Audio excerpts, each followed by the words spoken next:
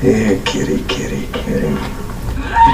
Between 2018 and 2020, the most prolific and unique American serial killer of the 21st century went on a calculated multi-state spree that began in Denver, Colorado, continued through Grand Lake, and expanded across Wyoming and central Idaho, before culminating in the dense forest of Hood River County, Oregon. Is that Scott Baio? So much fun to watch. Mirrors and ghosts, letting go, getting low. God only knows where the summer days go. The lake in Montenegro, the hazy days of chainsaw.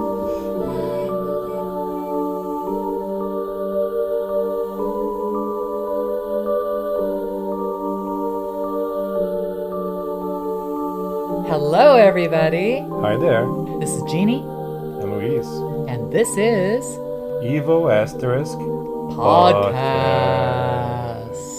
Well, we just finished Strange Darling. Consider me mesmerized. Oh, wow.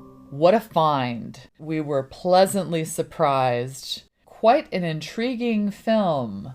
What can we tell you without going into spoilers? Because there are many spoilers in this one. We can say it's shot in 35 millimeter. Oh, yes. And there's a very, very clear... Yeah, it's a card. It's like an opening title or a card. It's a card. And it's kind of a brave choice because I saw people on Letterboxd saying, what is 35 millimeter? I feel so dumb. Like, oh my God. Wow. So a lot of people just don't know. That's true. We were talking about the card. So it says, I believe, shot entirely in 35 millimeter. Film, I think, yeah. Yes. So it says that at the very beginning. So that got us excited already. Then you are told, right at the beginning, that this is about a serial killer. You are also told that there is quite a rampage that happens between 2018 and 2020, and that it ends in a particular area. I think it ends in Oregon, yeah. Was it Mount Hood? Yeah. So we are only seeing the events that happen at the tail end of this supposed rampage. We are also told that it is being told to us in 6 chapters. Then the movie begins, and it's Chapter 3. Someone's finger slid on the VCR and they landed on the fast forward button and it starts on Chapter 3.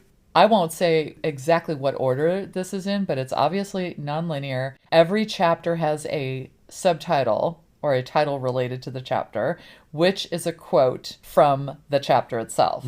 Right away, we're quite intrigued when we see that it starts with Chapter 3. We're thinking, okay, why? And of course, there's a very good reason why. And there's a little bit of confusion as we're watching Chapter 3 first, trying to figure out, well, wait a minute, what happened in Chapters 1 and 2 to bring us to Chapter 3? And we make assumptions about what those events were. And we are basically wrong about those assumptions, and you will probably be wrong as well. Yeah, our brain was like putting out theories based on, A plus B equals C. Right. But we didn't really know what A and B actually were. We didn't know what A and B were. So there was an intellectual exercise that was going on throughout the watching of this film, which brought another element to the experience. Putting the puzzle pieces together. Yes, so to speak. Which does happen literally in this movie at some point. And of course, you would think of, I guess, Pulp Fiction for this kind of structure. Yes.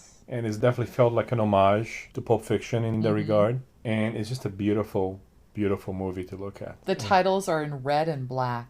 So it has that feeling of the giallo, blood or vibe, giallo. Yeah, it has very simple design on the cards and the title sequences. You're right. It does feel giallo. And it sounds absolutely incredible. Mm-hmm. There's like one person that basically handled almost the entire soundtrack other than a very well-known song. Yes, and that was a cover, I believe, of that well-known song. We're thinking of Love Hurts. I think it was Z. Berg did the songs. Yeah. And then there was another person that I will look up that did the score. So there's two entities involved I here read in on the IMDb music. that one song was sung by the director's mother. Oh, they said something at the end. There was some sort of dedication at the end. I wonder. I I don't know. I missed hope that. she didn't die recently, but Oh, and we should say, we usually don't do this late in the podcast. Let me read the IMDb description. Nothing is what it seems when a twisted one-night stand spirals into a serial killer's vicious murder spree. Nothing is what it seems. That is the key here. And I'm going to say to everybody, if you think this is pedestrian, when you start watching this film, because it does say it's about a serial killer, and it does kind of start out as, okay, it's a serial killer movie. It is anything but pedestrian. Wait it out. Once you get to the next chapter that's being shown, you'll start to go, wait a minute, what's happening here? So definitely be patient. it's interesting. You read the description on IMDb, of course, you know. Amazon owns IMDb. And on Prime, it replaces the beginning with a one-night stand spirals into a serial killer's vicious murder spree. Yeah. So it's the same description, but shorter. Well, they get rid of the early stuff. Right. They don't say nothing is what it seems when a twisted one-night stand, blah, blah, blah. So they're changing it. You're right. Now, I will also say that the director and writer is JT Mollner. And we should also mention some interesting people that are in it. We have Kyle Gallner. And that was one of the reasons you wanted to watch it, because you know Gallner. I've been following his You've career been following for his decades. career. He was also in... Oh God, he's all over the place. He was in Smile 1 and 2. Okay, which we loved. He's everywhere. The Nightmare on Elm Street reboot. Right. He plays the kid in that movie that has kind of a clown-like face. He's so expressive. He has big features. He's so unique. I've seen him in many things, so Yeah. I do recognize him. And then Willa Fitzgerald, I just saw in Reacher, because I just saw season 1 of Reacher. I'm behind. And I was like, I thought she was a good actress, but the character I didn't think had enough to do. And wow, she really shows her range in this. Amazing work. So both of these actors do a great job. And then there are and credits for Ed Begley Jr. and Barbara Hershey. So it was great to see the both of them in this. Giovanni Ribisi was the director of photography and also the main producer, if not the only producer. Yeah, if We have that? I think he's probably the top line producer. And this is the first movie he's credited as a director of photography. And I think he did an incredible What job. we know, yeah. Amazing. And just this It's whole just- movie seems like such a, like Jeannie said earlier, like a little gem. Yeah. Like you wouldn't expect it. And I knew it was supposed to be good. I knew it was getting accolades when it came out. Right. And I saw Kyle talking about it on Twitter. And he's promoting it. Of course, he's in it. He's going to promote it. So I just didn't know what to expect. But I had an intuition that it was going to be interesting. And because of that, I willfully avoided any kind of spoilers. Yeah, well, it's good. Don't get spoilers on this stay one. away for it completely. And all I can say is that if you're a horror or suspense / Or thriller fan, yeah. you're gonna love this. Right. It's not Monster of the Week, giant crocodile kind of horror. It doesn't have to be. But it's just very effective, incredibly well made. Your brainy brain will get involved because you're going to have to piece together what is actually going on. And there's a point at which you go, aha, eureka. Yeah. I know what's happening in this movie now. Oh, I get it. Okay. There's just these beautiful kind of lingering shots where he keeps the camera in one place and things are happening and you really kind of, it draws you in. A lot of movies get antsy with camera angles and setups and they just kind of keep cutting, to different angles and this and that, and it dilutes the whole thing. This is a patient film for patient people, but it's not slow at all. The only reason why I say patient is that when you're watching it, initially you might go, oh, wait, what's going on? Is this pedestrian? No, it's not, as I mentioned before. Very well directed. So you won't think that.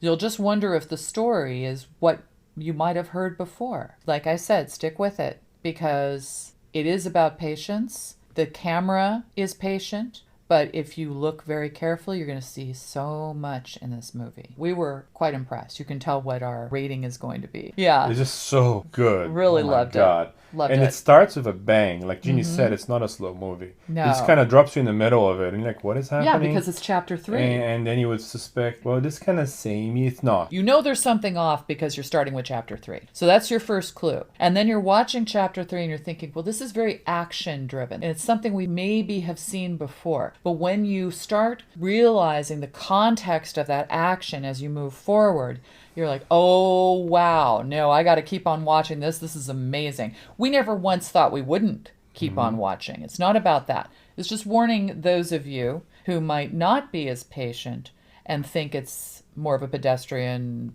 serial killer retelling. It's not that. You can already tell it's going to be a creative movie because in the very beginning, a Ford Pinto shows up in a car chase of all things. And I thought it was in the 70s because it's a 78 and Pinto. Me, as a guy who grew up in Brazil, thought it was a gremlin. You know it's a creative movie when the Ford Pinto doesn't get hit from behind and explode. So that doesn't happen. Seeing the car in there, And that was a little confusing but also intriguing. You see the Ford Pinto and it happens to be a 78 Ford Pinto. What is that doing in the film? And you see a chase involving the Ford Pinto. It was also weird to see a chase with that car. And then you're thinking the 35 millimeter look, there's some interesting vibrant colors. And you're wondering, well, is this supposed to look like the throwback? And they had some zoom ins and stills on faces as people were running around. This almost looks like an homage to 70s horror/action films. It definitely and you're not is. really sure what's going on. And until we saw the other car, we were convinced it was some period piece. At the very, very beginning, it does have that crawl. It does You're tell right. you 2018 Yeah. to 2020. Well, my brain ignored it. My brain is like, oh my God, it's set in the 70s. When you see or it's a 78 flashback or Pinto, something. yeah, you think it might be a flashback to something else, but then again, it's chapter 3. So it's like, whoa. So yeah, your brain goes Crazy into stuff. overdrive trying to understand what your eyes and ears are watching and hearing. So that's kind of fun. I know that when movies do that badly, you just get very confused. Or like when we just saw Final Destination 5, and it gives things to you that make absolutely no sense. No sense. And I still don't understand that we've No. seen the movie. This is not the case here. All the puzzle pieces, they fit. Everything works. It's very simple. It's not complicated. It's done in service of storytelling, and I think it works. simple, it's not complicated, but it does make your mind work overtime, which I loved. I was thinking we have so much going on in this movie. We're following something in a nonlinear fashion, so we're trying to figure out what really happened and what happened before. There's a point at which we go, aha, probably in the third installment of the chapters. I'm not going to say what order they're in. But at that point, we are realizing, aha, this is not what I thought it was. Okay, I get it. Now I want to see the next thing that they're going to bring to our attention, because now I want to know what happened before this and before that, or after this, or 2 steps later. And so we're doing all that, and then we're watching the actual film, and there's a lot of suspense, because based on the fact that we know what happens in chapter 3, we're thinking, well, wait, how do we get to that moment in chapter 3? And then within each chapter, there are tense moments, there are suspenseful moments. We don't know what's really going on. So even within the chapter itself, if you just take one chapter and you look at it alone without worrying about the fact that everything's told out of order, you still in an uncomfortable position of not knowing what is exactly going on. And within those chapters themselves, there's stuff where things are moving around in strange ways and flipping back and forth, making you uncomfortable. So really, bravo. Loved it. It just did so much. Let's see what else we can talk about without going into spoilers. I actually don't think I need to say anything else. This is an unusual situation where we're going to have to probably jump into spoilers pretty quickly, because otherwise we don't do this justice. The only thing we can say is that you really need to see it. It's got a lot of atmosphere. It's got a lot of action. Many, many surprises throughout. Okay, I'm going to throw in something because we talked about piecing together a jigsaw puzzle. I will say to people that are not going to listen into the spoiler section that there is a jigsaw puzzle of Scott Baio. Yes. So I will say that because it's hilarious. We should also mention there's some funny elements to this. It's not just pure drama, serial killer There's stuff. a little bit of dark humor, but Exactly. nothing that overpowers the movie. No, it doesn't overpower the movie at all, but there's some quirky stuff that happens that allows you to have some comic relief. This is a very intense cooking scene that I will let Jeannie talk about Oh in the spoiler section, because I just went on Letterboxd and people were like, The cooking scene, the audience just rioted when they watched the cooking scene. Yeah. Interesting, because my wife was doing the same thing. So I'll let her talk about it. I will say it now without going in the spoiler section that what he's talking about with the cooking scene, let's just say it's a messy cooking scene that made me think about my first meal of the day, which is always my favorite, in a different way than I would normally think about it. So, and for me, sadly, has just made me hungry. So oh, really? I am dealing with that. But you hate all the stuff that was in there. I like the sausages. You don't like the butter. No, not the butter. Oh my gosh, butter was all over the place. Yeah. Is there any little snippet we can pluck out of here? I don't think so. Okay. I guess let's move into spoilers. Are we going to do a countdown this time, starting with 10? Oh, it starts with 10? Yes. Would you like to? Fine, let's do it. Okay. 10, 9, 8, 7, 6, 5, 4, 3, 2, 1. Spoiler.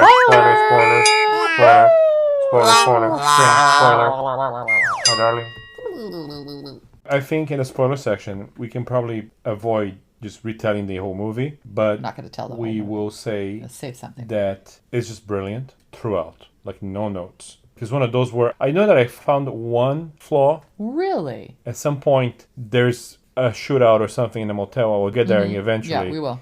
Let's say the murderer runs out of the room and says, he's armed, he has a weapon. And some other guy comes out and says, I have a weapon. And there was no follow through to that Oh, whatsoever. right, there's no follow through with that person that sort We of had no idea showed what up happened after But that. that's kind of funny, though. Yeah. I think that was almost a So- joke. See, I think that was a funny part. It's funny. As an example. But that's We just literally talked about funny stuff. The only That was script funny. problem with the whole thing. I don't think it's a problem. I think it's funny. I was thinking afterwards. Well, yeah, maybe it was Did they just distracting. get cut? That was maybe distracting. That's all it is. So let's talk about the big reveal. You're watching chapter 3. You've already been told this is about a serial killer. You also have clips at the very, very beginning showing A muscle-bound What's his guy name? with mustache. Kyle Gallner, and he is billed at the very beginning, by the way. They reveal his character's name. He As is revealed as the Demon. Right before or after that crawl where they talk about the rampage from 2018 to 2020, they show clips of Kyle Gallner as quote-unquote the demon. He doesn't look like a demon. He just looks like a guy smoking a cigarette in the buff, car. mustachioed And guy. it's black and white. Yeah. And then you hear a woman off screen ask him, are you a serial killer? And he just looks. I don't know if he replies or says anything. He's like, okay. And then they cut to him Strangling choking someone, or strangling someone, but they only show him. So you're not really sure what's going on. Of course, your immediate thought is, this is going to be like Henry, Portrait of a Serial Killer. And you're going to watch an interesting movie about a serial killer going on his rampage. For those of us who love horror and are okay with movies like that, it might be fine. But then, and we still assume that during the first chapter that we see, which is chapter 3, we see a woman running who clearly has a mangled ear. We don't know Yeah. what happened there. So she's running with rust-colored scrubs. She looked like she was coming out of that Pinto and being chased by The main dude. in a... Oh, it's a Ford Raptor, I think. Like a F-150 truck. Yeah, for some reason you didn't want to mention that before the spoiler section. I don't know Yeah, why. because The that's truck? associated with a specific profession. Oh, you think so? Okay. Then that's not really a spoiler because we saw it right at the beginning of the movie. Oh, and I we know, still but I didn't didn't know want who to he get. I was. didn't want to put too much. In Okay, there. Yeah. all right. She gets out of the car and she's running. It looks like she's got something going on with her ear. Maybe it was mangled or We're missing. something. There's blood. Oh my gosh, this poor woman. She's running away. She's got these scrubs on. Maybe she's a nurse. She was attacked. So that's what you're thinking. And then you're continuing on through this chapter. And then one point, we both looked at each other and I said, well, he does look like scrubs. Could it be prison garb, right? That's what I thought. Oh yeah, you thought that. But they weren't the orange color that you would have in prison. But they were sort of a rust color. She's dealing with escaping from the clutches of this dude who's called the Demon, and he's going after her. She ends up in the woods in Mount Hood, I guess. At the end of this sequence, she ends up at this bizarre mountain people's home, and they've got megaphones blaring out a radio broadcast. There are these really quirky people, and guess who they're played by? This is Ed Begley Jr. and Barbara Hershey. They play this couple, and they open the door to her. And you're thinking, oh, they're going to help her. Oh, how nice. So we don't have to go, like you said, we don't have to go through the whole plot. There's a sequence. It goes 3, 5, 1, 4, 2, 6. So we see 3, then we see 5, then we see 1. And that's the thing that's interesting, because we see him, the demon, in the car with a woman.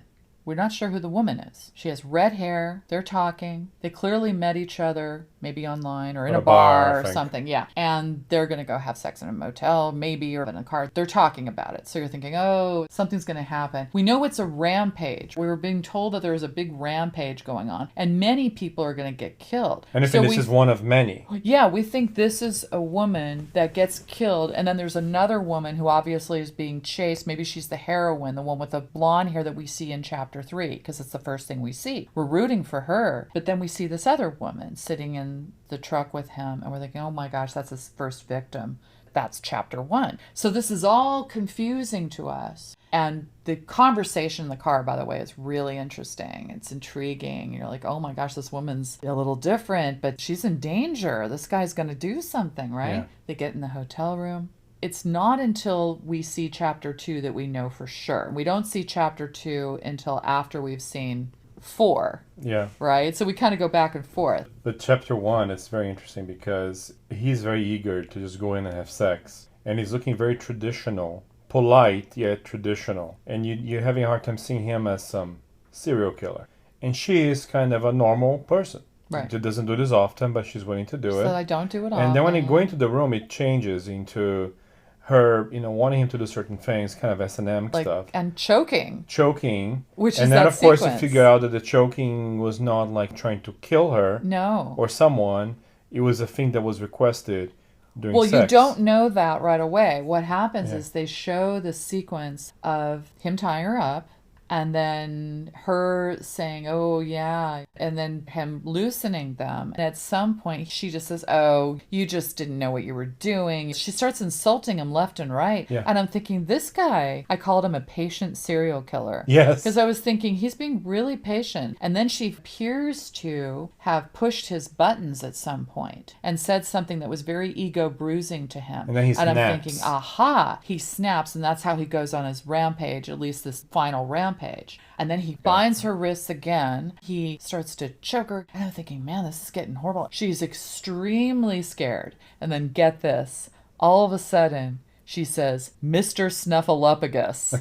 And I almost had a stroke when I heard it. And then I was, because the name of the chapter, which is chapter 1, is called Mr. Snuffles. So I already thought, that's weird. Does he call himself that? Weird, right? And now we realize that's the safe phrase or safe word. And then it goes to the car again, because it goes to when they were talking about doing the safe word. Yeah. Again, within chapter 1, it's nonlinear. They're laughing and they're deciding to go into the motel room, and they have already discussed what they're going to do in there, that she wants some violence. Yeah, in the motel room and in the car, once you put those pieces together, you reach the conclusion that she's nuts and that she's wanting something from this guy that he can't deliver. And she wants some violence, she wants some danger, and it's just not working for her. It's interesting because she's basically the bad guy. Right. And she's the killer. That's the big reveal. But you don't find that out. And he's the quote-unquote good guy. You don't find out she's the quote-unquote bad guy until chapter 2, which you don't see right away. So you go 3, 5, 1, 4, 2, 6. So you see it as the penultimate part of your viewing experience. So think about that. So even in chapter 1, when he's choking her and he's doing all these things, she says, Mr. Snuffleupagus. We're not really sure what's going on yet, and we don't necessarily think she's the killer. Yeah. It's only revealed when we finally see chapter 2, exactly. when she does other things, then you realize, okay. But go on, what is your theory? My theory is that she suffered some sort of sexual violence as a child, and she was raped or abused or something, and basically she created this persona where there's a side of her that retreats back to that and is attracted to it, but also rejects it and wants to punish the man that did it to her. I think there's a... That's a Pat thing, though. We hear that a lot. I know, but there's a reason. She's in the room with a guy trying to get him to do certain things to her, and it just doesn't work. They try all kinds of different variations, and it never works. And then later on, she just kept saying that... It's chapter 2, you're thinking? Yeah. That's when she goes in the bathroom. Exactly. Okay. And carves him up. But what with we her also, initials. but that only happens when she gives him ketamine. Yes. Okay, and he doesn't know it. He thinks it's cocaine. So that's a chapter 2 element. But that, Yeah. again, doesn't come into play until toward the end of your viewing. Going back to your theory, the one thing that we don't have in this movie is, I was hoping for a prologue, because there is an epilogue, by the way, Yeah. and they label it as such. And then I was thinking, oh, that would be cool to see a prologue. This is why. Yeah. She is known as the Electric Lady. Why? She Is used it just the taser? The taser, yeah. That's it? That's it. Okay. That is never explained. She incapacitated the man with the taser. We do know that everybody knows the name Electric Lady. People mentioned it a few times. You're Electric Lady, once they find out who she is. And the other thing we don't have is the earlier part of the rampage. The rampage goes from 2018 to 2020. We don't know what happened before the last leg of the rampage. It's like the Amazing Race in serial killer terms. What? Yeah, her rampage went on for 2 years. So we don't have that background either. We don't need it necessarily, but those are things that I thought would be interesting to put in a prologue. They What? can do a prequel. Well, they could. Just like they did with XXX, Yeah. well, Maxine. They can literally do Right. one that tells the Who's the story of the rampage. Pearl was the prequel. Yeah. That's what I was thinking. They can do one that starts with the beginning of the rampage in 2018, and then we can do one before that about whatever happened to Yeah. her growing up. We've heard that a billion times, I and it know. could still be true, but she could just be a sociopath. She No, could be evil. She could be a sociopath and she could be evil, and they would have no connection to sex. She killed We saw other it. people. She killed other people without having sex with them. How do you know? I just saw it What do you mean? in a movie. Oh no, this. She killed No, a no, number no, but of that's people. different. She was on the run. And we should also She was on the say run. that one of the things that might make sense for what you're saying is that she often decides to spare the women. Mm-hmm. But I should also mention that anybody that says they're going to call the police, they get killed. The It moment doesn't they- matter if they're a man or a woman. The moment a woman that she's previously trying to quote unquote spare turns on her symbolically Yeah. and says they're gonna get the male figure. I'm talking about the patriarchal society, the Yeah. man involved. Okay. She turns on them. But remember, at the end, there is a female cop, and she lets her go. The Barbara Hershey character she originally lets go. When Barbara Hershey shows up and says, that's her, then she gets killed. Then there's the female cop, who's really annoying, but she did save her life, and I think she's paying her back for that. And she didn't side with quote unquote the man. She I ran. know. Well, she ran because she told her to run. But this is at the very end. This is the chapter 6. The police do show up. And why do they show up? Let's talk about the demon character. The demon character, Kyle Gallner, is called the demon because it's the unreliable narrator idea. The demon is what the Electric Lady sees. We find this out later that she says she sees people sometimes as demons. As devils. This particular character, RC. we don't know that that's his name because he's only billed as the demon, and that is the Kyle Gallner character. We find out that when she's in the bathroom and she starts looking through his stuff and she finds out that he's part of law enforcement, he has a star, almost looks like a sheriff type It's of a star. sheriff kind of star, yeah. Okay, so she finds out in chapter 2, which is where things go bonkers, that the demon character is a cop or some sort of sheriff character because she sees credentials in his wallet. That's after she's already given ketamine. Yeah, he's in the so she already wants to he's do in the something. bed and she runs into the bathroom Right. while he's unconscious in Right. bed. She throws his phone in the toilet and then she opens his wallet and finds out he's a cop.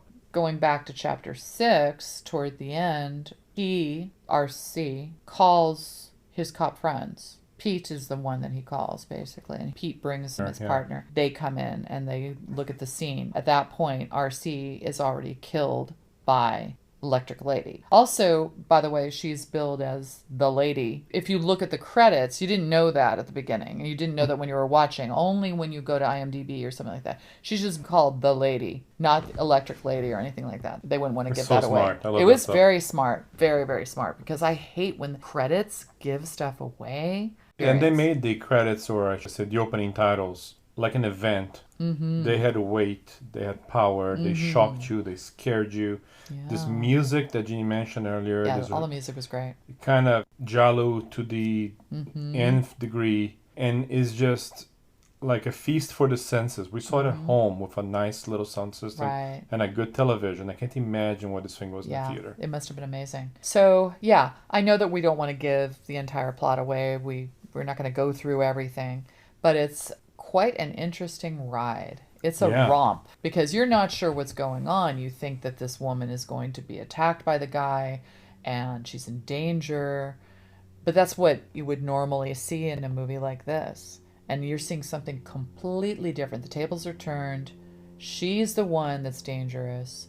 She fools several people during her rampage. People come to her aid and they are killed or at least threatened. She steals the nurse's scrubs. We mentioned that she was running around in these rust-colored scrubs. That's why we had no idea it was the same person. When she's sitting in the car in a slinky outfit with a wig on, we had no idea it was the same person. We weren't supposed to know. But it's worse than that, I think, because when you're talking in the motel outside, there's this very intense blue neon light. And the blue neon was coming into the car and changing all the colors. Yes. So I couldn't even tell her hair was red, by the way, in the car. I thought it was a different actress. I thought it was a different actress even when her hair was red. It was clearly made to look like a different person. And yes, there was the blue light. But then when they got in the hotel room, we saw that she had red hair. But again, no blonde, completely different look. We knew it was the same person that was in the car because that character was followed into the hotel room. You thought it was a different person again after they were talking in the car about going in the hotel? I thought the person. You thought it was a different person? I thought the person in the car was different from the person in the motel room for the longest time. No. Yeah. Well, you know why? I recognized her face.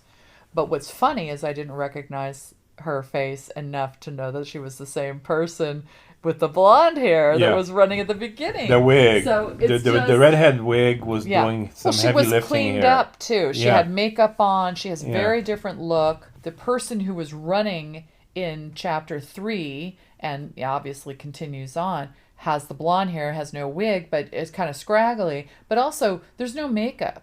So at some point she took off the makeup. So everything is different. She looks completely different. And I think if you really stop to think about it, it starts to fall apart in terms of internal logic. If you think about the protagonist, who's a cop, a guy in his late 30s, early 40s, experienced. He gets attacked in a motel room by some crazy woman who actually kills someone in the motel at the reception desk. Possibly 2 people. So you think about this guy who's a cop, who's been attacked in a motel. In the reception desk, there's at least 1 person dead, possibly 2. You would think this guy would dare say, I've been attacked, she looks like this, she's driving a 78 Ford Pinto, and there's 2 victims here. But instead, what happens? He jumps in his car, doesn't call anyone, and pursues her. He goes rogue. I'll tell you why. Of course he didn't go down there. Number 1, he's cheating on his wife. We don't know exactly what's going on with that. He said, oh yeah, my wife and I keep separate things, and we're in different areas of the kitchen. Before you even know he's a cop or a sheriff. So you're thinking, okay, well, he's a sleazy guy cheating on his wife. Then it's the element of, I need to catch this person. He sees himself as a pseudo-hero. He's just going to go catch her.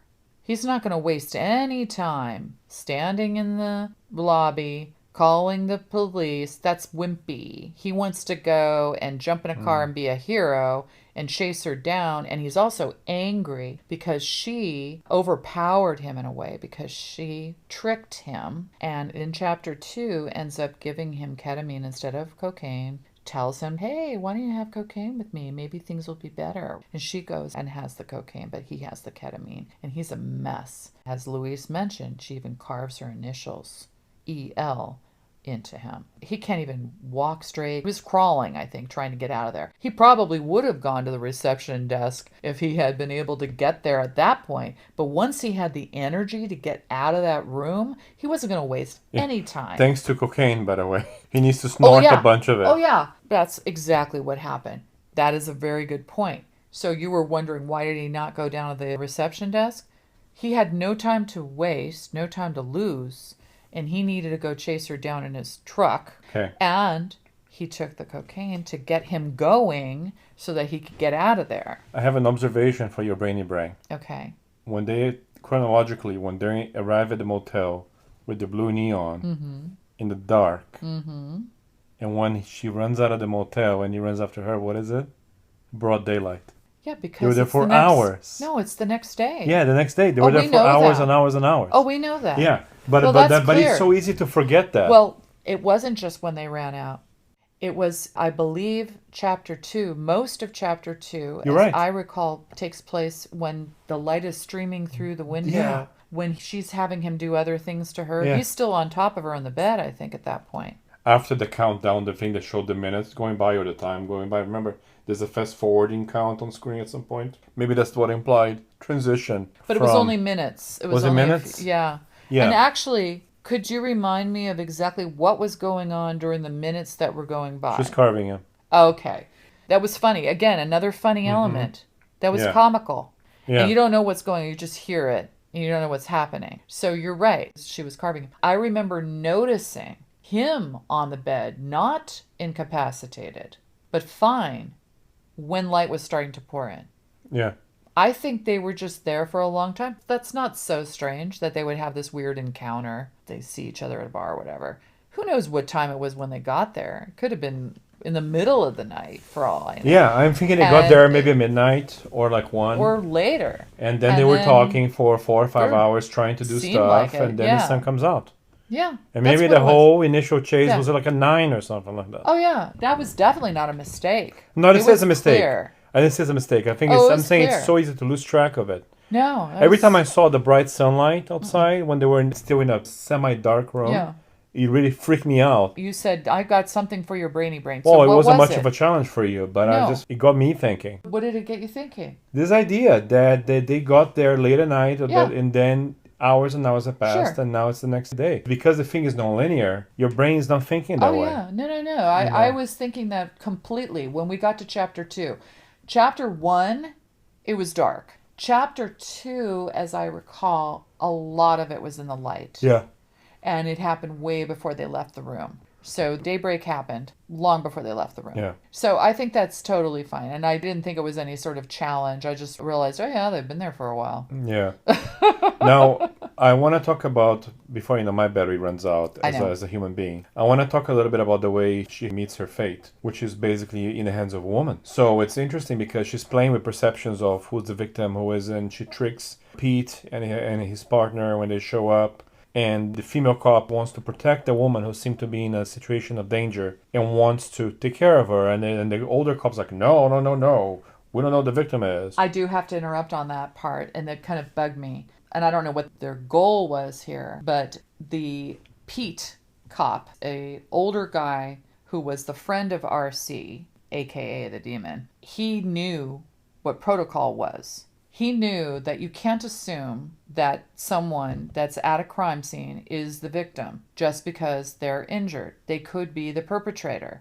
He knew that, and everybody knows. Anybody who watches true crime shows knows that, okay? So that was bugging me because the younger female cop, who is his partner, is saying, no, she needs our help. She needs our help. And of course, as we're watching this, we know that the woman is the one that committed the crime. And we're very frustrated with the ignorance of the female cop and the fact that a couple of things, the male cop who's older and quote unquote wiser knows the protocol, knows you need to restrain anybody at the scene, detain, put handcuffs or whatever so that you don't get injured. And you need to search the person. Good point. I think that was a flaw, unless it was supposed to be goofy. These cops are so silly. It's like the Keystone Cops. The older cop knows protocol, gives in to the younger cop, which is weird. That's his fault. Doesn't search the woman. And then the younger cop, the woman, grabs her and holds her like a baby. Oh, you poor thing.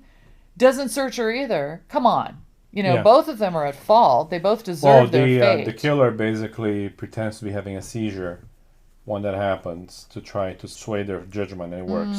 Yeah, but they would have searched the now, person. before I completely forget, cooking scene. Oh, we want to do the cooking scene, but you did want to say something about the cops. No, I was just making a general analysis of that scene when Pete and the partner arrive and how they're tricked by her. And now she's in the back seat of their car, and the woman from the hippie couple, the survivor, shows up screaming, saying someone killed her husband. And then, of course, she crosses eyes with the killer in the back of this Ford Bronco. And realizes it's her in the back. Yeah, recognizes and then, of course, her. immediately upon recognition, Barbara Hershey gets shot In the face, by in the head, the main yeah. character. The electric lady does let the younger female cop go. But She tells the remaining guy, Pete, to drive her. And he's driving her, and then at some point she tells him to stop, and he's like, what are we doing here? Where are we going?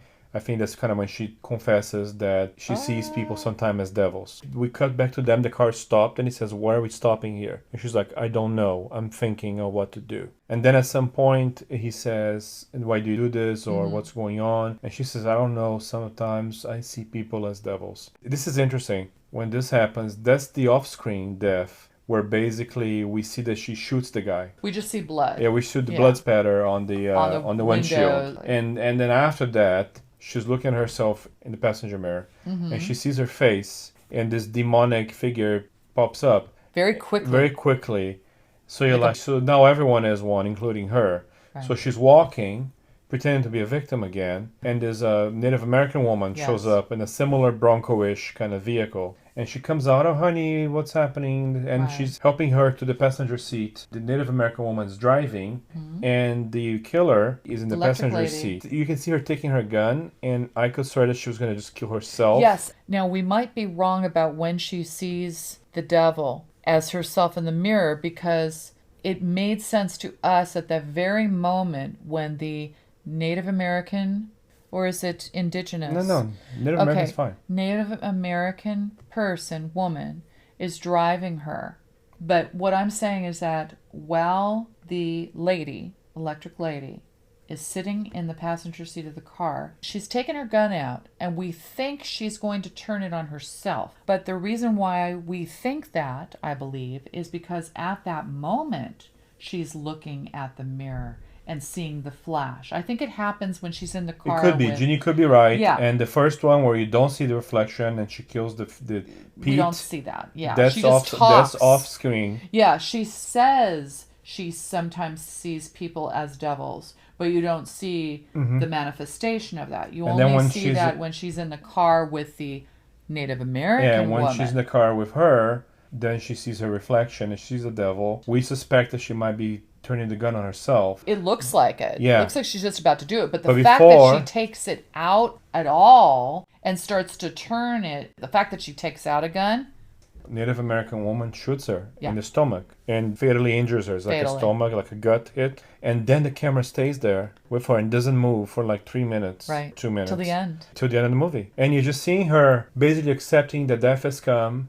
and kind of glad that it has come. She's relieved. Right. And she's relieved she didn't have to kill this woman. Maybe. That just picked Maybe. her up.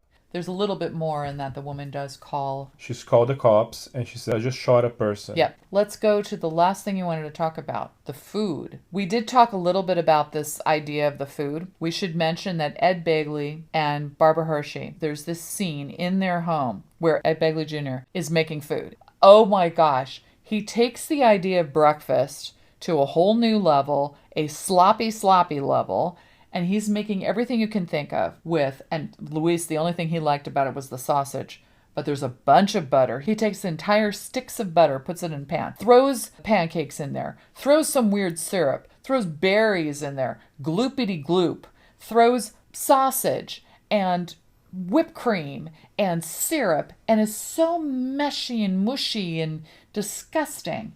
And he puts those on the plate, serves them to him and his wife, and then they're putting together the jigsaw puzzle of Scott Baio at some point. They reverse the chapter a little bit when they start with this one, which is chapter 4. They answer the door and the protagonist, the electric lady, is at the door.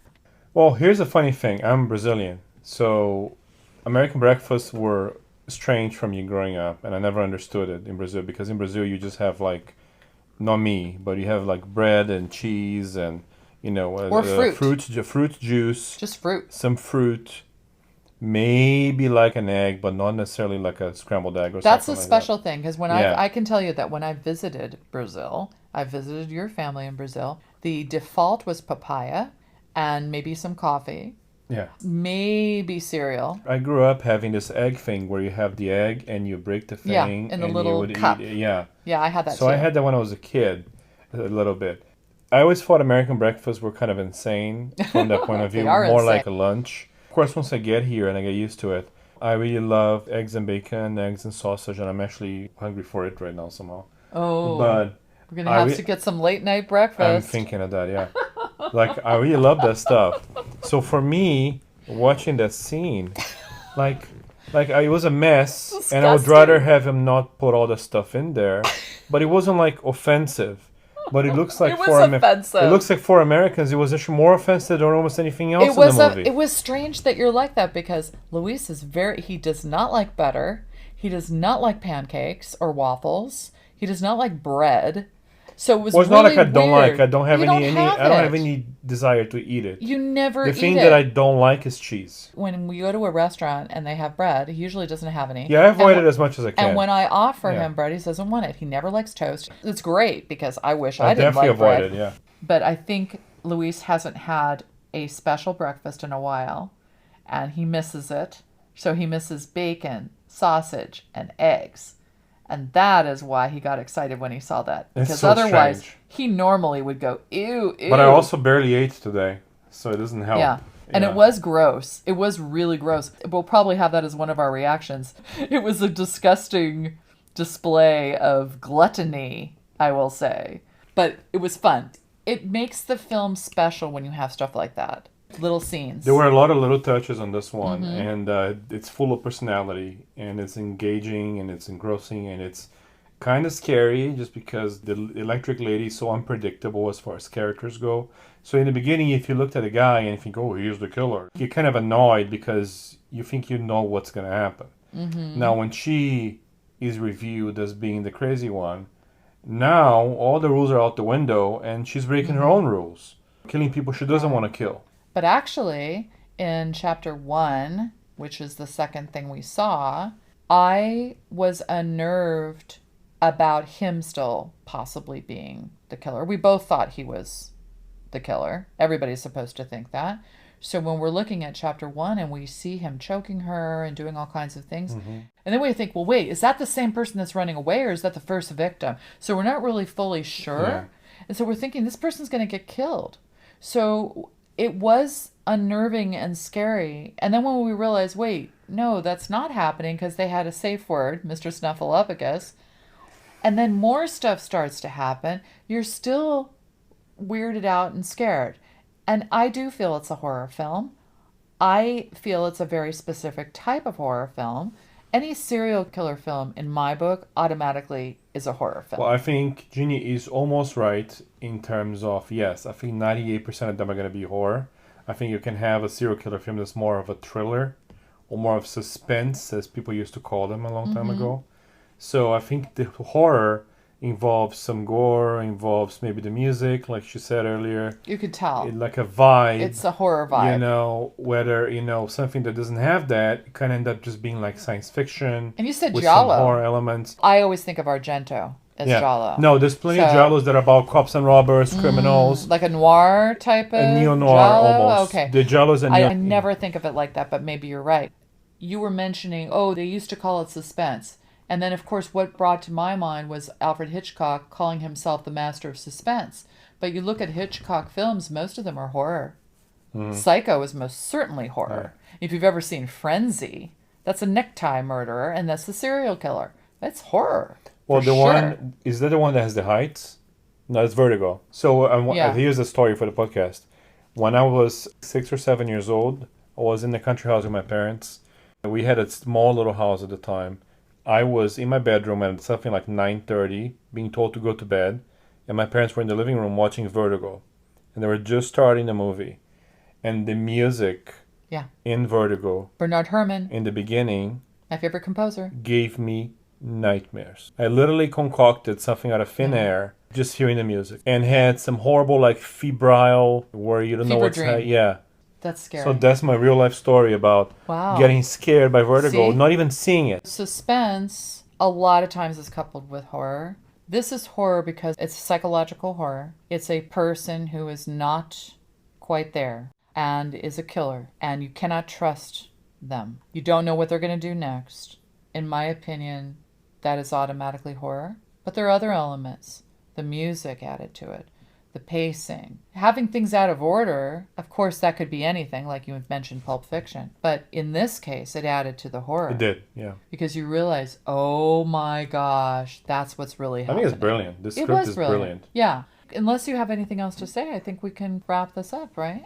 Well, I have one final thing, Yeah. which is, like Jeannie said, it's very well directed, but I think the thing you can really identify and see is how sure the hand of the director is on this. It's not insecure, it's not shifty, it's not ADD. They know what they're doing. The director has a very clear vision. Of course, he wrote the thing. And the writing. You know what? It's funny how we mentioned Hitchcock. I wouldn't call it Hitchcockian, but definitely the attention to detail in this, because you have to be careful when you're creating something that's going to be seen out of order like this. And there was a lot of attention to detail. And I keep going back to chapter 1, because chapter 1, that unveils the initial relationship between these two main characters and the conversations they have in the car, was very scary for me, because I'm not sure what's going to happen next. And then we see that there's violence. Yeah. We don't know where it's going to go. And then all of a sudden we have this comic relief where they're laughing in the car before the violence happens. Yeah. Realizing there's going to be a Mr. Snuffleupagus safe phrase/word. Well, the moment where the safe word is uttered, I think it needs to be a cinema classic. Oh, yeah. Because it's so tense before that. It's growing in a crescendo, like it's insane. You're going up the walls watching the scene. And at the moment where things are hitting like a climax, Mr. Snuffleupagus, I almost lost it. You know? Mr. Snuffleupagus, and then it cuts to the car where they're laughing about their plan to have that safe phrase/word. Yeah, I think this is really knowing your characters, you know? Yeah. Like the cop wasn't just a good guy. He was doing something stupid. You know, he was cheating on his wife. He was. Maybe he had a substance abuse when he was younger. You know, he was not like, He's you an know, anti-hero. up to code here, you know. I think my reading of The Electric Lady is correct. I think that this is someone who suffered tremendous violence in a sexual manner related to men. That's why she tend to favor women until they sided with the men. They turn on her, yeah. If a woman sides with a man, she might as well be the same thing or for her. Or turn on her and she's seeing men as law enforcement, turning on her in that they call or they threaten to call the cops. Even though it's not threatening. It's like, oh, you poor thing, you're injured, let's call the cops. Oh, boom. Yeah. That immediately is a problem for her. And the killer at some point says, I have my rules, and you should look at me, I'm in survival mode, I'm breaking all my rules. It's so funny for the killer to be self-aware to that point. Self-aware. To say that clearly one of the rules is don't kill women. And she's breaking her rules all the time. And at the very end, she has complete self-awareness in seeing herself as a form of a devil. Because the last act that she takes is what looks like suicide. It doesn't happen. It doesn't get to happen because the other person shoots her. But it looks like she's finally realizing, oh, I'm the enemy in this. I am the one. Or I'm a devil too. Which again makes you wonder, what kind of psychopathy does she have? Or sociopathy. It could be PTSD with the some mental illness that comes after that. Yeah, she's seeing visions. There are many mental illnesses. There could be schizophrenia. There could be... Many illnesses involve that type of thing. We don't know how it was triggered. And again, maybe we get a prequel at some point. Also should be out of order. We would love that. Yeah, we really should have. I think, hey, director and producer, you guys really should make a prequel on the 2018 to 2020 period. Absolutely. And then do the next one about her as a child. A prequel, also out of order. So are we ready to wrap this up? We are. Okay. So we are both giving it a hearty 2 thumbs up. Woo! 6 thumbs up. 2 thumbs up. 6, 8. We both agree. Yes. And out of order, thumbs up. Yes. I'll do my 6th thumbs up and you can do your 4th. We'll Just have a it all out 4th of thumb? order. Don't cut my thumb off. Oh, okay. Well, I'll do 1 thumb. How about that? You can do 2. 2 thumbs. All right. Thank you for bearing with us as we go through things out of order and confuse you even further, whether or not you've seen the film. No, actually, our crazy structure in the spoiler section was on purpose to make you think. Exactly. We hope you had a nice time listening. Stay cool, my strange darlings. Bye. For now. For now.